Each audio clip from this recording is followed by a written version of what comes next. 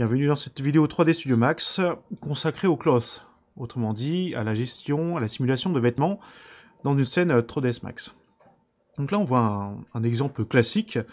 On veut réaliser une animation quasiment automatisée d'un vêtement sur un personnage.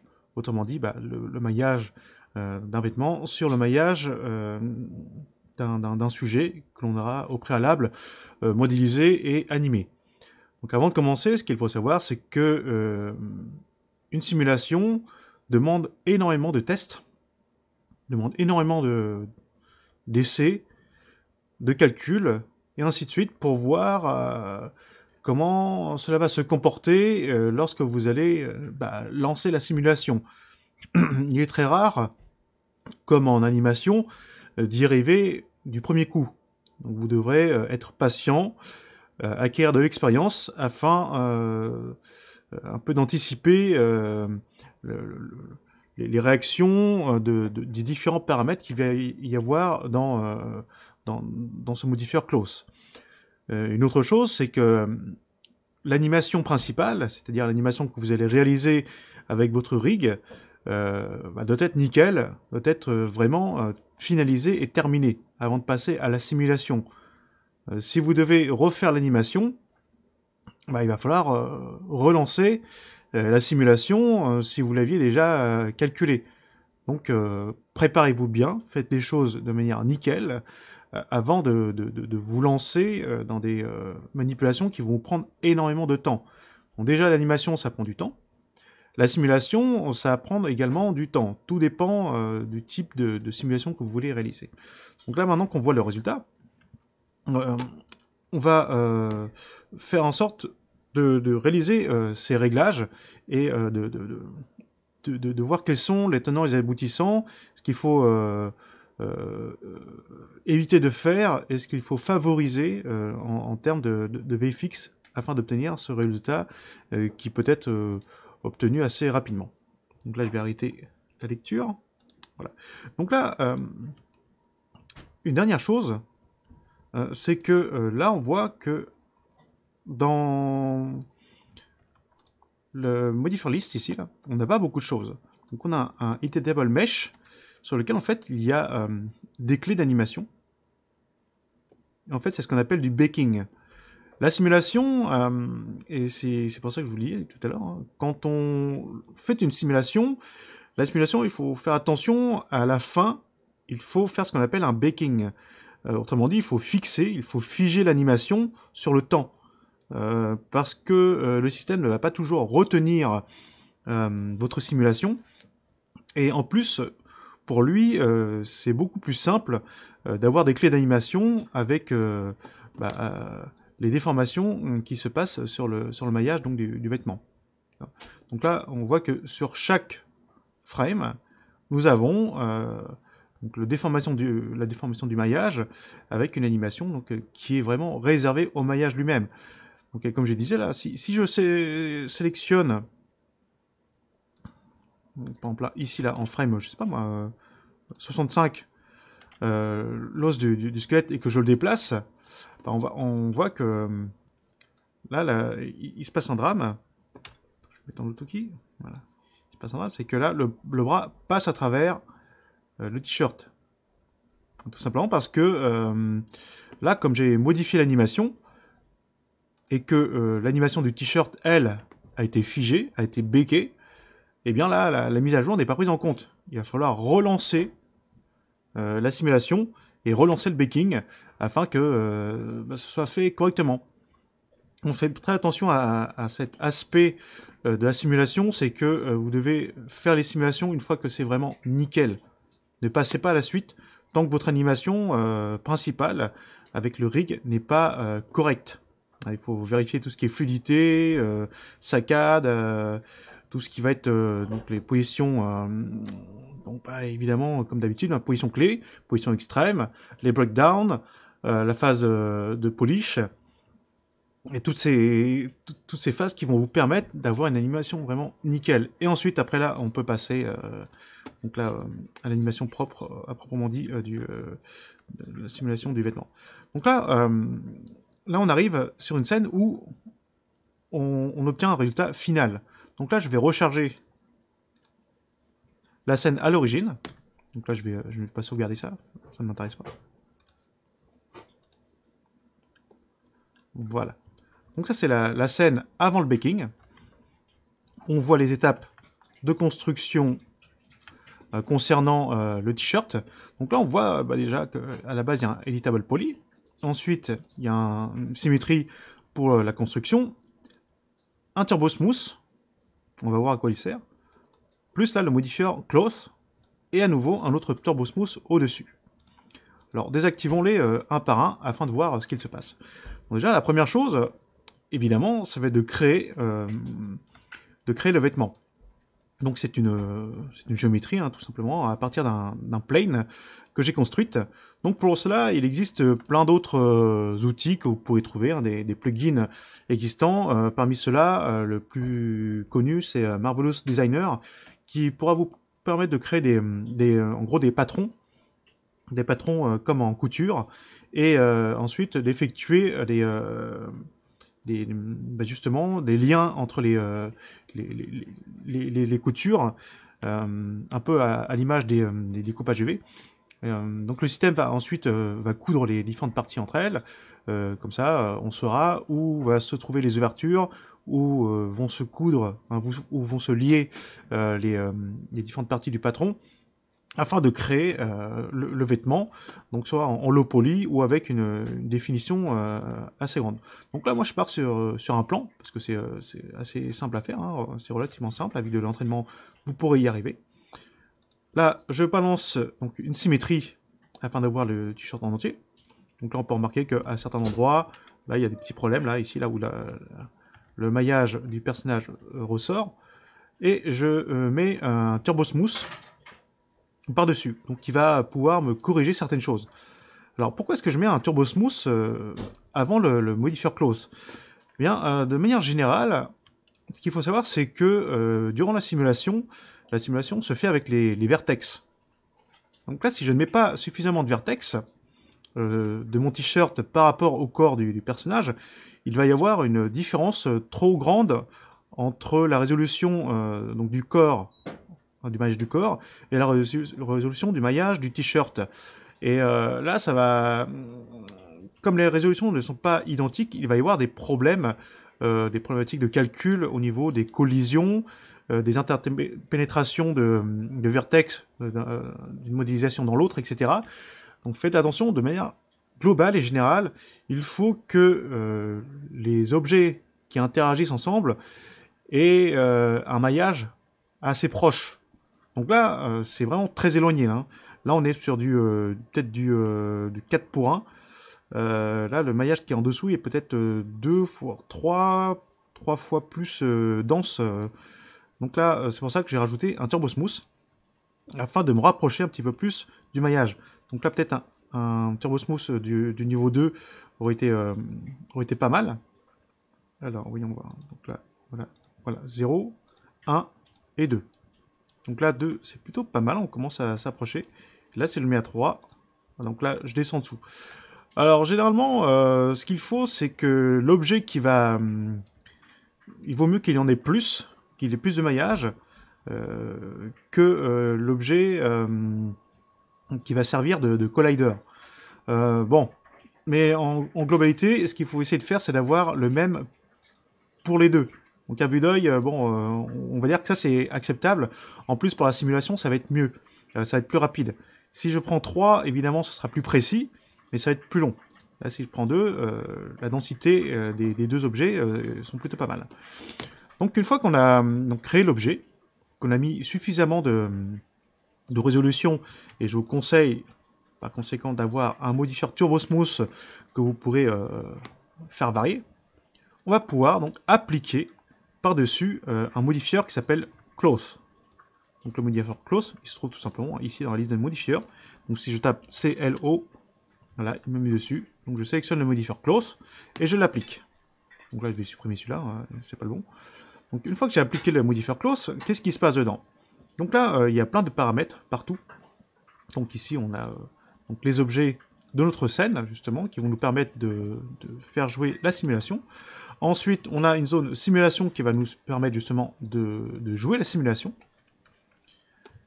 Ici, on va avoir des objets assez, des outils assez utiles pour réinitialiser la scène, pour vider le cache, etc.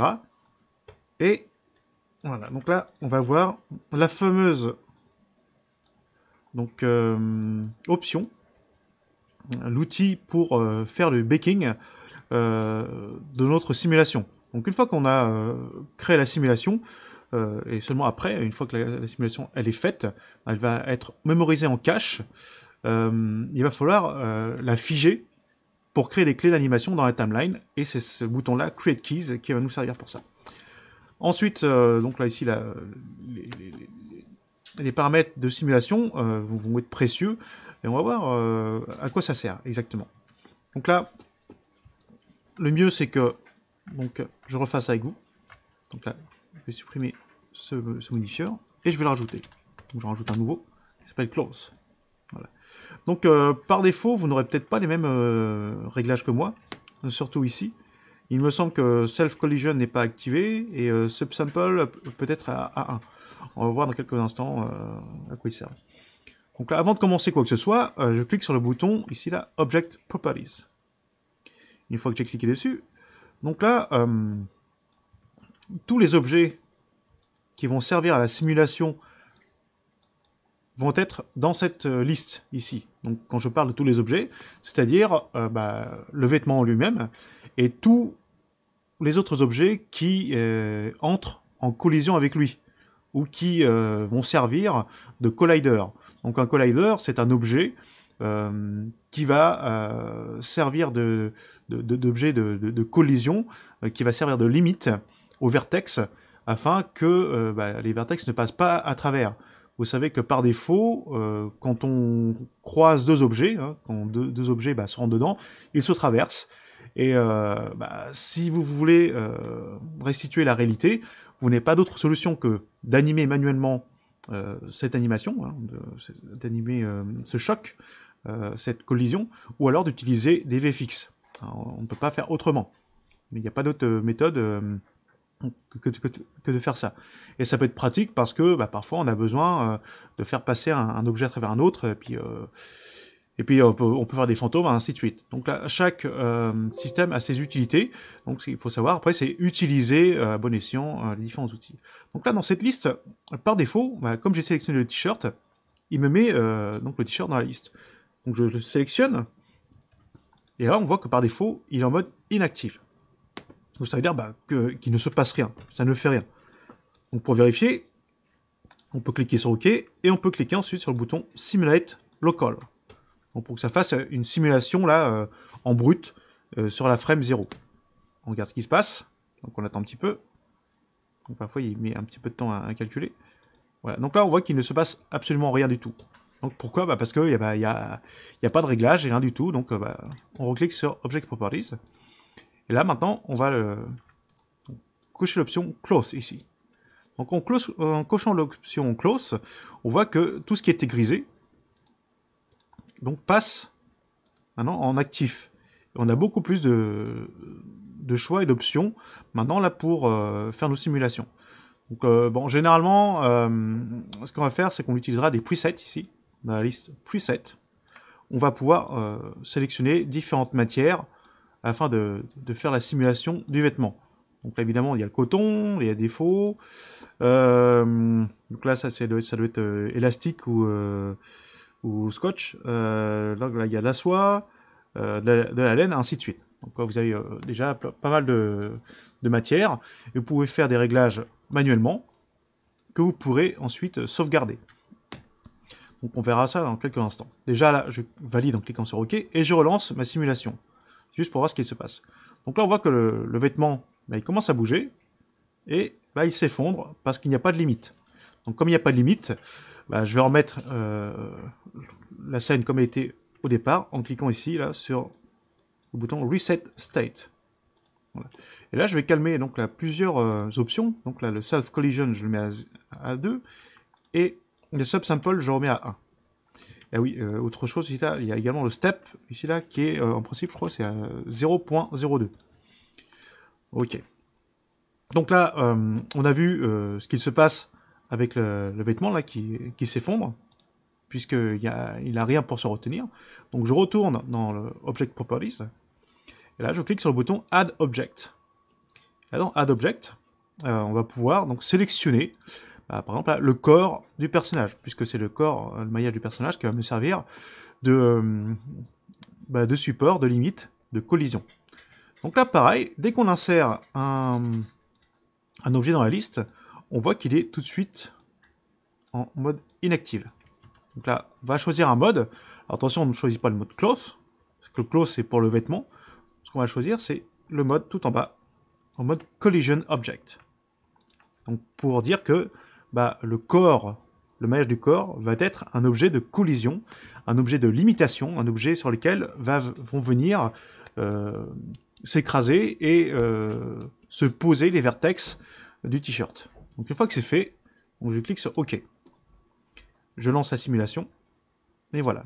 Donc là on voit que maintenant le comportement du t-shirt est complètement différent.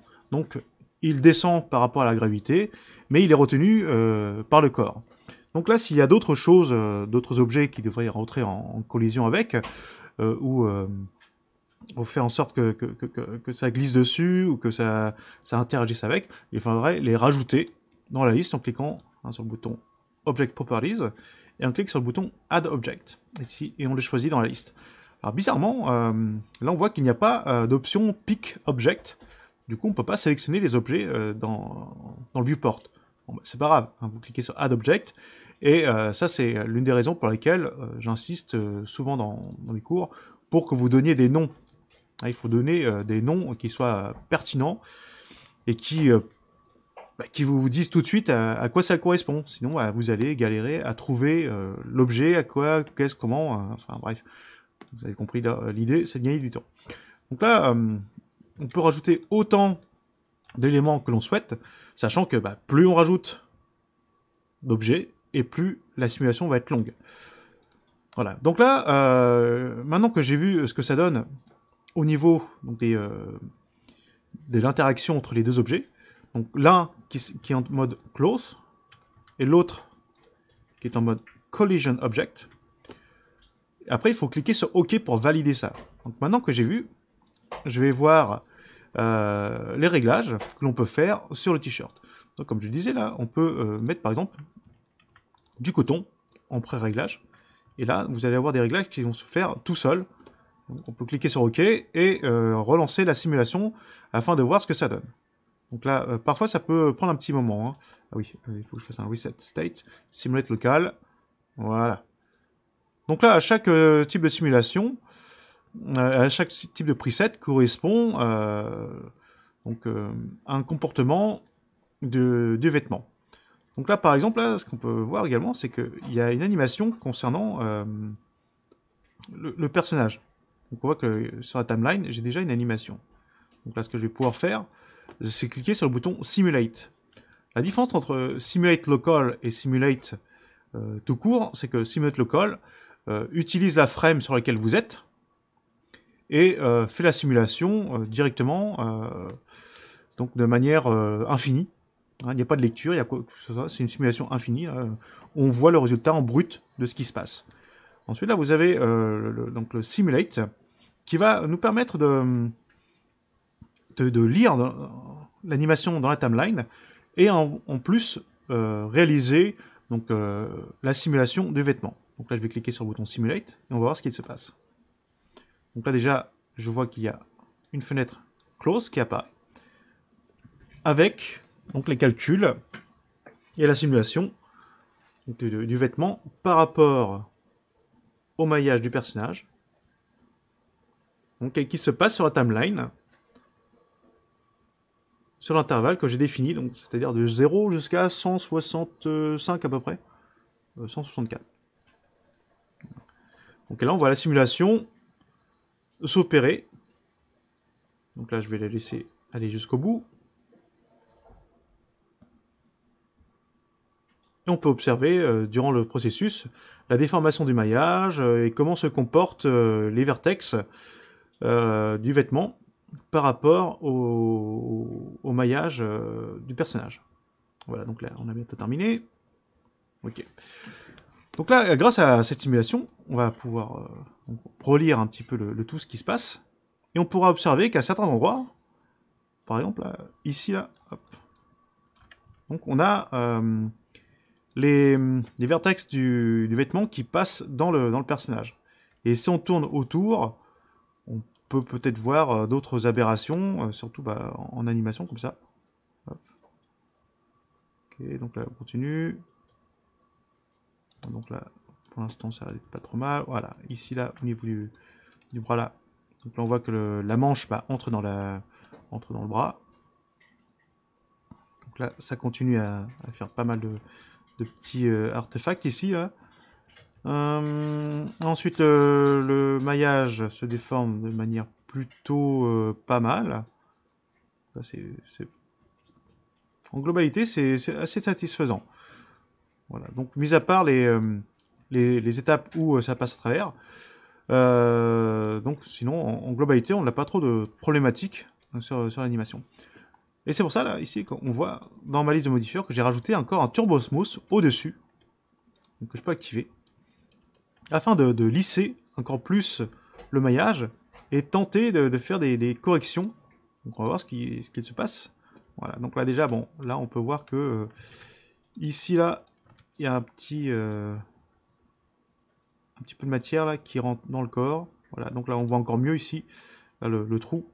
Donc là, si je retire avec F4 le maillage, donc là, voilà, on voit certaines aberrations, certaines choses inesthétiques qui peuvent arriver durant la simulation. Donc là, c'est cette phase où on va donc regarder ce qu'il se passe dans l'interaction entre le vêtement et le maillage du personnage. Et là, on va faire les corrections, justement.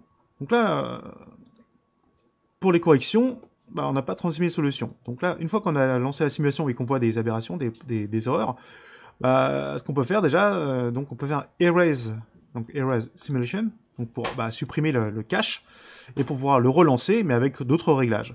Donc, par exemple, là, j'ai vu qu'il y avait des petites problématiques concernant donc, la matière du t-shirt qui rentre dans le corps.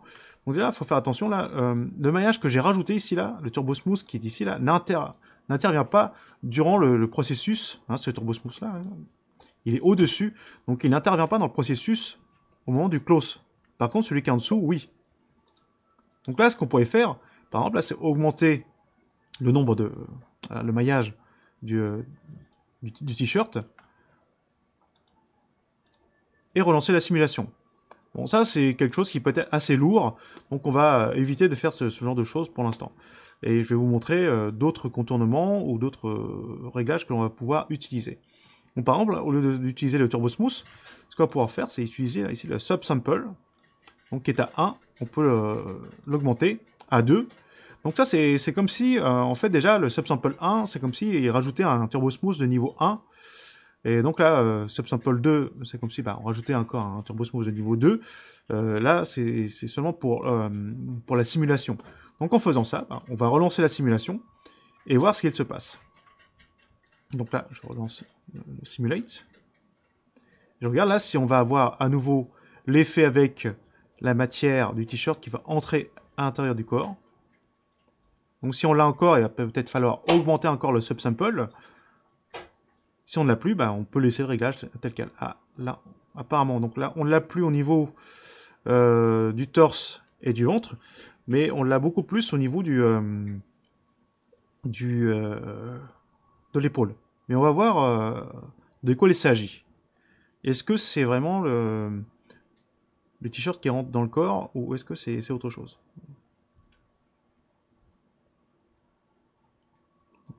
On attend encore un petit peu. Voilà, bon, je vais l'arrêter là. Voilà. Et je vais rembobiner. Donc là, ce qu'on peut remarquer, c'est que la simulation, là, ici, là, ne fait plus de entrée. Donc là, ici, là, le maillage dans le torse et dans le ventre. Par contre, ici, là, au niveau des aisselles et de l'épaule, hein, on voit que là, c'est beaucoup plus marqué là, à ce niveau-là, au niveau de d'images qui rentrent dedans. Alors ce qu'il faut savoir, c'est que la simulation dépend de beaucoup de choses. La simulation dépend de votre maillage, du close et du collider. Elle dépend également de la vitesse de l'animation que vous allez faire. Si vous faites des animations lentes, le système aura le temps donc de faire les calculs intermédiaires. Mais si vous faites des mouvements assez vifs et rapides, là, comme ici, là, j'ai fait dans cette séquence, vous voyez que le bras là, il recule, il passe de l'avant vers l'arrière très rapidement. Hein. Donc là, du coup, pour le calcul, les vertex n'ont pas forcément énormément de temps pour se remettre en place. Ce qui peut être problématique. Donc là-dessus, les réglages que je vais faire, par exemple, ce que je peux modifier là, ça va être le step ici. Je vais mettre 0.01. Voilà. Et en plus, là, ce que je remarque depuis un petit moment là, voilà, ici là, c'est que là, j'ai les vertex du t-shirt qui se rentrent les uns dans les autres. Donc là, je vais cocher la case Self Collision afin que ça évite de s'interpénétrer et puis de se traverser l'un dans l'autre. Et là, on a un petit paramètre là qui est à 2. Plus on va augmenter ce paramètre, et plus on va éviter ces vertex qui vont se traverser l'un et l'autre. Donc là, je fais un Erase Simulation, un Reset State. Voilà. Et je relance la simulation pour voir ce que ça donne. Donc je clique sur Simulate. Donc là, on voit quelque chose d'assez frappant et d'assez flagrant, c'est que là, la simulation est un peu plus longue, un peu plus lente que tout à l'heure. Donc là, c'est à cause de plusieurs choses. Bon, déjà, le subsample, on l'a augmenté. On a augmenté le self-collision. Et on a augmenté également le pas pour les calculs. Donc là, ça lui fait plus de choses à prendre en compte. Et ça ralentit énormément notre simulation. Donc là, on peut le voir que c'est meilleur au niveau du résultat, mais c'est plus long. Donc si vous voulez quelque chose de nickel, généralement ce qu'il va falloir faire, c'est... là on voit encore un petit peu de problématiques sous les aisselles. C'est augmenter donc généralement le subsample, descendre le step, et le self-collision, il va falloir jouer dessus pour éviter que les vertex du vêtement lui-même se rentrent l'un dans l'autre, et ainsi de suite. Donc là, la simulation là-dessus, sur les closes, et en général, en VFX, ça demande beaucoup d'expérience et beaucoup de tests afin de voir le comportement, de corriger les comportements et d'anticiper, à force d'expérience, la manière dont les vertex du close vont se déplacer. Donc là, j'attends encore un petit peu. Donc là, on voit que là, le temps qu'on vient de passer est un peu plus long que tout à l'heure. Hein. Donc, et plus vous allez rajouter de détails pour avoir un meilleur réalisme, et plus ce sera long. Donc là, si vous voulez aller plus vite, donc vous n'avez pas d'autre solution que d'avoir un meilleur processeur, plus de mémoire, éventuellement peut-être une meilleure carte graphique si votre système prend en charge tout ce qui va être donc CUDA. Mais bon, sinon, le VFX en globalité, si vous n'avez pas l'opportunité de pouvoir bénéficier de plus de puissance, il va falloir optimiser le maillage et optimiser correctement vos réglages pour obtenir le meilleur rapport, donc puissance-qualité. Voilà, donc là, la simulation est terminée. Donc là, je vois qu'il n'y a plus de problème au niveau du torse et du ventre, mais là, j'ai toujours le problème là, au niveau du... Voilà, ici, dans ce pli-là. Voilà, donc derrière, je ne devrais plus avoir de problème. Là, je n'ai plus la problématique avec la manche qui rentre dans le bras, malgré la vitesse, là. Donc là, on voit que le fait d'avoir réduit donc, le step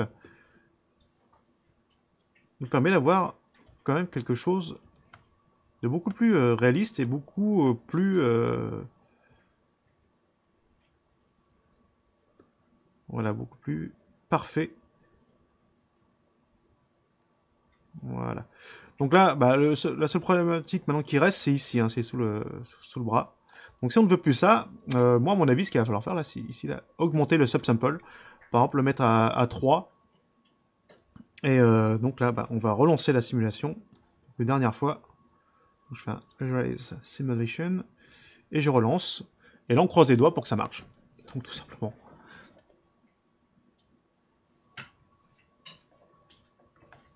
Donc là, comme j'annonçais, hein, le problème c'est voilà, c'est ça. Hein, donc plus on va augmenter le subsample et plus ça va être long, ce qui est normal parce que c'est comme s'il y avait plus de vertex hein, pour la simulation.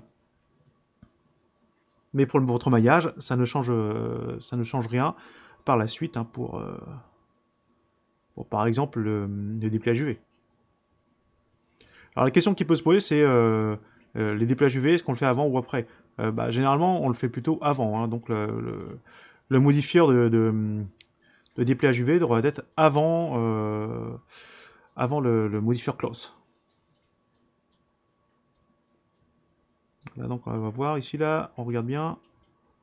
Voilà. Ah si, on le voit encore un petit peu là. Ouais. Donc là, on voit encore un petit peu. Donc c'est à partir des frames 32, 33. Donc là, je vais faire un Erase Simulation. Donc là, on va augmenter encore le subsample, on va le mettre à 4. Alors, voyons voir. Est-ce que je peux le faire commencer directement? Ah bah non, il faut le faire depuis le début, puisque l'animation se passe depuis le départ. On voit aussi l'une des raisons pour lesquelles les VFX, c'est une discipline assez particulière, où bah, ça va demander une forme également d'observation bien spécifique donc aux artistes techniciens VFX, afin qu'ils puissent restituer correctement bah, tout ce qui se passe de manière assez réaliste. Hein. Et là, pour le coup, c'est encore plus pointu, je dirais, que l'animation. L'animation peut se permettre quelques entorses, et on peut encore faire certaines choses pour faire illusion et faire croire que ça marche et que ça fonctionne. Là, en simulation, généralement, s'il y a un trou, ou il y a un trou, hein, ou si vous avez la matière de votre t-shirt qui passe dans le corps, ça passe dans le corps et c'est pas bon. Donc il faut recommencer, il faut changer les réglages jusqu'à ce que ce soit bon et que ça marche. Donc généralement, le subsample va être suffisant. Ah, là, on voit encore. Non, on le voit encore un petit peu là. Ok. Donc là, je vois que ça continue à le faire. Je vais passer le Turbo Smooth. Même avec le Turbo Smooth, on voit que ça continue. Donc là, je vais faire Erase Simulation. Donc au bout d'un moment, là, je pense qu'on a fait le tour au niveau du subsample. On peut augmenter encore éventuellement au-dessus. Donc le Self Collision, il ne va pas nous servir ici. Je vais aller voir un petit peu dans les propriétés de l'objet. Ici, et voir si on ne peut pas faire quelque chose là-dessus. Peut-être qu'il y a un problème au niveau des frictions. Donc là, ce que je vais faire, c'est que là, je vais changer manuellement, donc ici le static friction et le self friction. Au lieu de le laisser à 5, je vais le passer à 0,8. Voilà. Donc ça, en fait, c'est le pourcentage. Ça s'exprime en pourcentage. Hein. C'est entre 0 et 1. Quand on est proche de 0, votre vêtement va avoir tendance à glisser facilement sur la surface du collider. Et plus on va se rapprocher de 1, et plus donc la surface va être collante, rêche, et ça va être l'adhésion va être beaucoup plus forte. Donc là, je vais le mettre au lieu de mettre donc à 50%, je vais le mettre à 80%, et on va voir ce que ça donne au niveau de ce changement dans la simulation.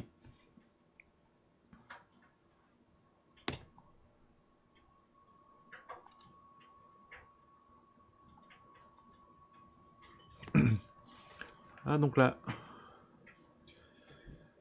je relance la simulation et je regarde ce que ça donne aux alentours de la frame 30, 40. Alors, ce qu'il faut savoir, c'est qu'on n'est pas obligé de relancer la simulation tout le temps à partir de 0. Hein.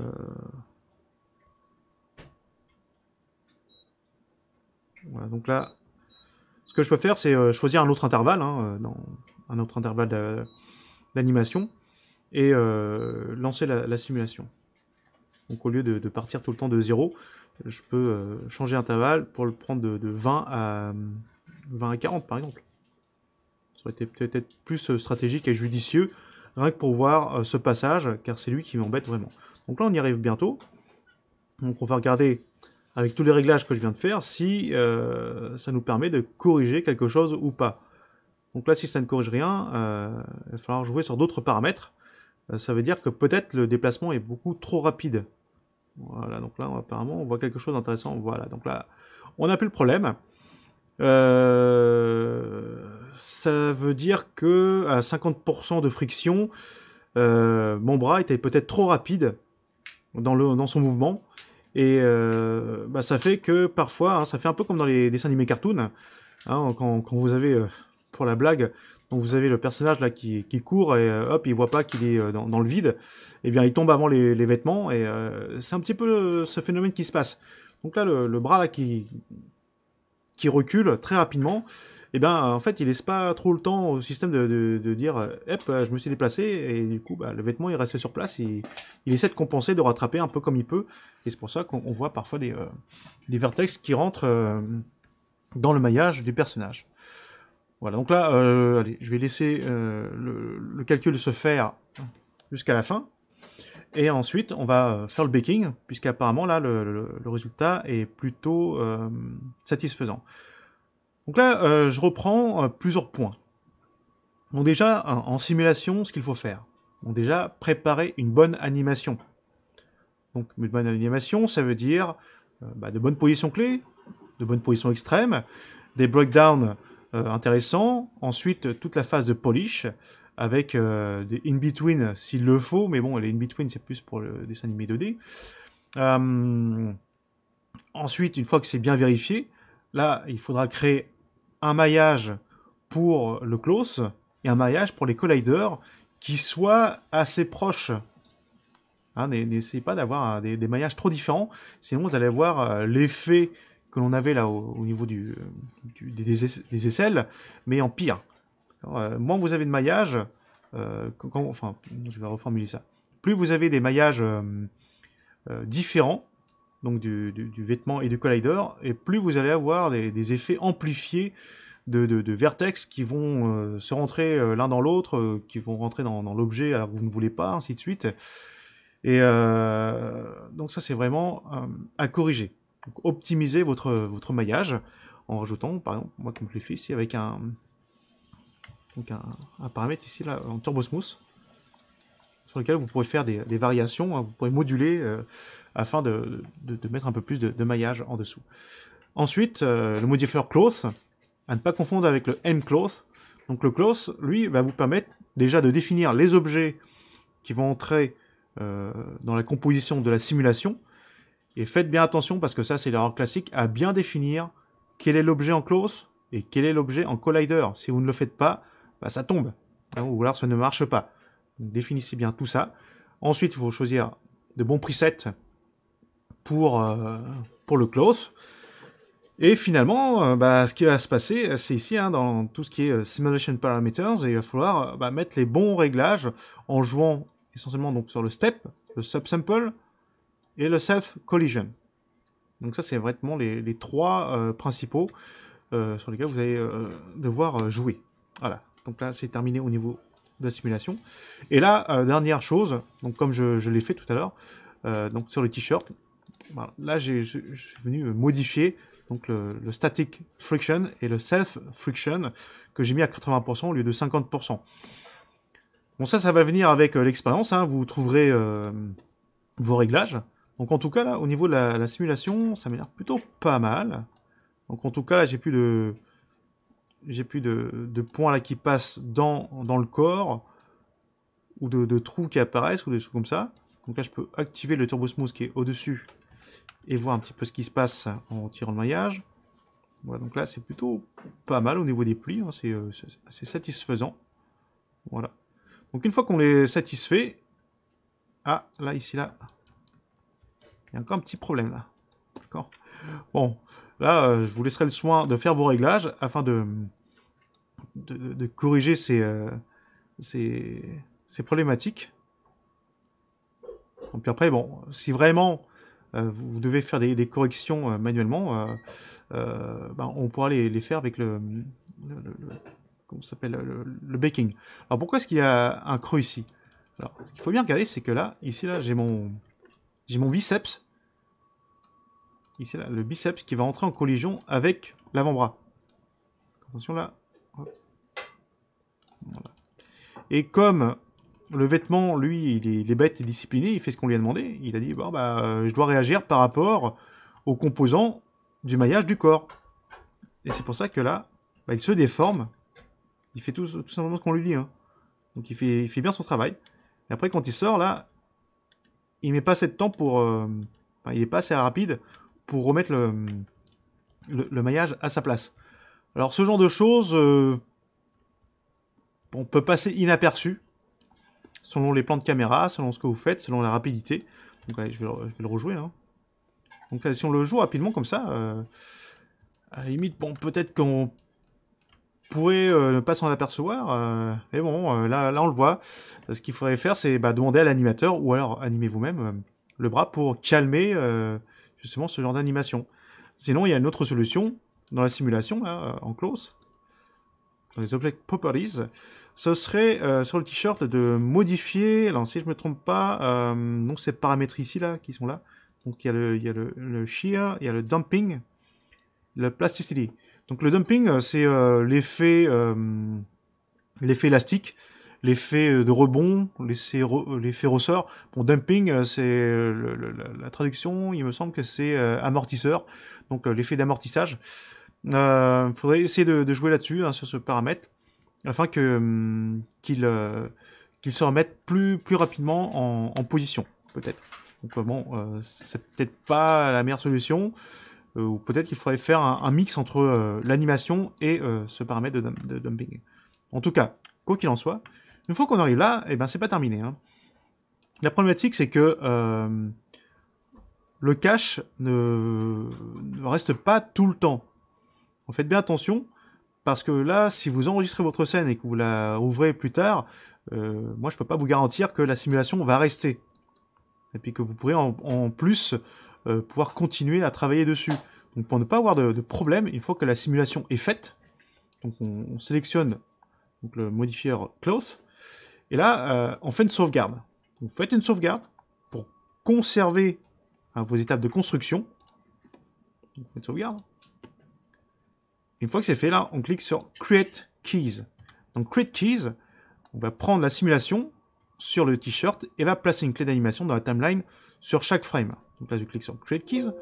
Le système nous dit, attention, on ne peut pas revenir en arrière. Êtes-vous sûr? Donc je clique sur oui. Donc, je laisse calculer. Voilà, donc maintenant, il m'a généré donc là, un editable mesh. Il m'a fait un collapse to, en fait. Hein. Et là, on voit qu'il y a des clés d'animation dans la timeline. Donc avec pour chaque frame, une animation du maillage du t-shirt.